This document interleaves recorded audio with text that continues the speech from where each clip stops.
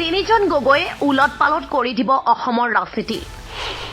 তিনি গগৈ এপাক ঘূৰিলেই সলনি হৈ যাব ৰাজ্যৰ ৰাজনৈতিক পৰিস্থিতি। গোটেই নেতৃবৰ্গ নহলেও গৌৰৱ গগৈ, লুৰিণজ্যোতি গগৈ, অখিল গগৈ, এই তিনিজনে লগ লাগিও যদি আমি গোটেই অসমখনৰ প্ৰতিখন গাঁৱত একপাক মাৰি দিওঁ নহয়, অসমৰ পৰিস্থিতিয়ে বেলেগ হৈ যাব। কিমান কি কৰিব পাৰিব গৌৰৱ গগৈ, লুৰিণজ্যোতি গগৈ আৰু অখিল গগৈ। অখিল গগৈ দাবী, ঐক্যবদ্ধ হলে উফৰি যাব ৭০জন হিমন্ত বিশ্ব শৰ্মা।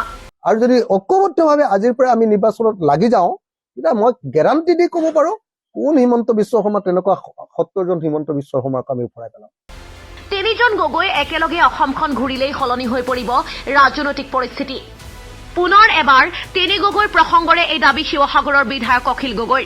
ৰাষ্ট্ৰীয় পৰ্যায়ত ইণ্ডিয়া ঐক্যৰ বিপৰীতে অসমতো বিৰোধী ৰাজনৈতিক দলসমূহ মিলিত হৈছে সমূহীয়া মঞ্চত। ইতিমধ্যে ৰাজ্যৰ বিৰোধী ৰাজনৈতিক দলসমূহত মিলিত হৈছে কেইবাখনো বৈঠকত।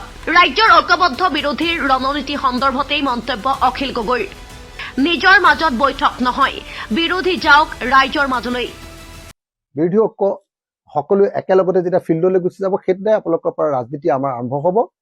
আৰু এনেকে মিটিং কৰি থাকিলে মিটিংবিলাক হৈ থাকিব, টিভিত ওলাই থাকিব, কিন্তু মানুহৰ মাজত প্ৰভাৱটো কম পৰিব। সেইকাৰণে মই ভাবো যে আমি সকলোৱে মিলি এতিয়া ফিল্ডলৈ যোৱাৰ সময়। আৰু সেইকাৰণে বাকী চব যোৱা নাই কাৰণে একেলগতে আমি অকলশৰীয়াকে গৈ আছো, ফিল্ডলৈ গৈছো। একদম ক'তোতো আপোনালোকৰ টিভিটো এটাও নিউজ দিয়া নাই, আমি ক'তো একো প্ৰচাৰো কৰা নাই, অকল মানুহৰ মাজলৈ কালি গৈছো। প্ৰসংগক্ৰমে অখিল গগৈ কয়, গৌৰৱ গগৈ, লুৰিণজ্যোতি গগৈ আৰু অখিল গগৈ অসমৰ গাঁৱে গাঁৱে ঘূৰিলেই সলনি হৈ পৰিব অসমৰ ৰাজনীতি। তিনি গগৈ ৰাইজৰ মাজলৈ সোমাই গলেই উত্তপ্ত হৈ পৰিব অসমৰ ৰাজনৈতিক পৰিস্থিতি। মই প্ৰস্তাৱ দি আছো যে আমি সকলোৱে মিলি একেলগতে গাঁৱলৈ যাব লাগে, নগৰলৈ যাব লাগে, চৰ চাপৰিলৈ যাব লাগে, বাগানলৈ যাব। আৰু যিদিনাৰ পৰা যাম, বেলেগ কথাটো বাদেই দিলো, মই ক'লোৱেই নহয়, আমি অকল তিনিজনো যদি যাওঁ, অখিল গগৈ, গৌৰৱ গগৈ আৰু লুৰিণজ্যোতি গগৈ যদি আমি ফিল্ডলৈ যাওঁ, অসমৰ ৰাজনীতি উত্তাল পাতাল হৈ যাব, উত্তাল হৈ উঠিব।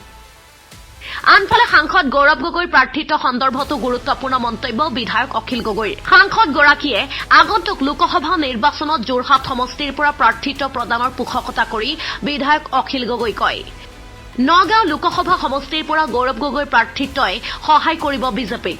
যোৰহাটৰ পৰা প্ৰাৰ্থিত্ব প্ৰদান কৰিলে গৌৰৱ গগৈক জিকাই নিয়াৰ দায়িত্ব সমগ্ৰ অসমবাসীয়ে ল'ব বুলি মন্তব্য অখিল গগৈৰ। News desk report, the cross current.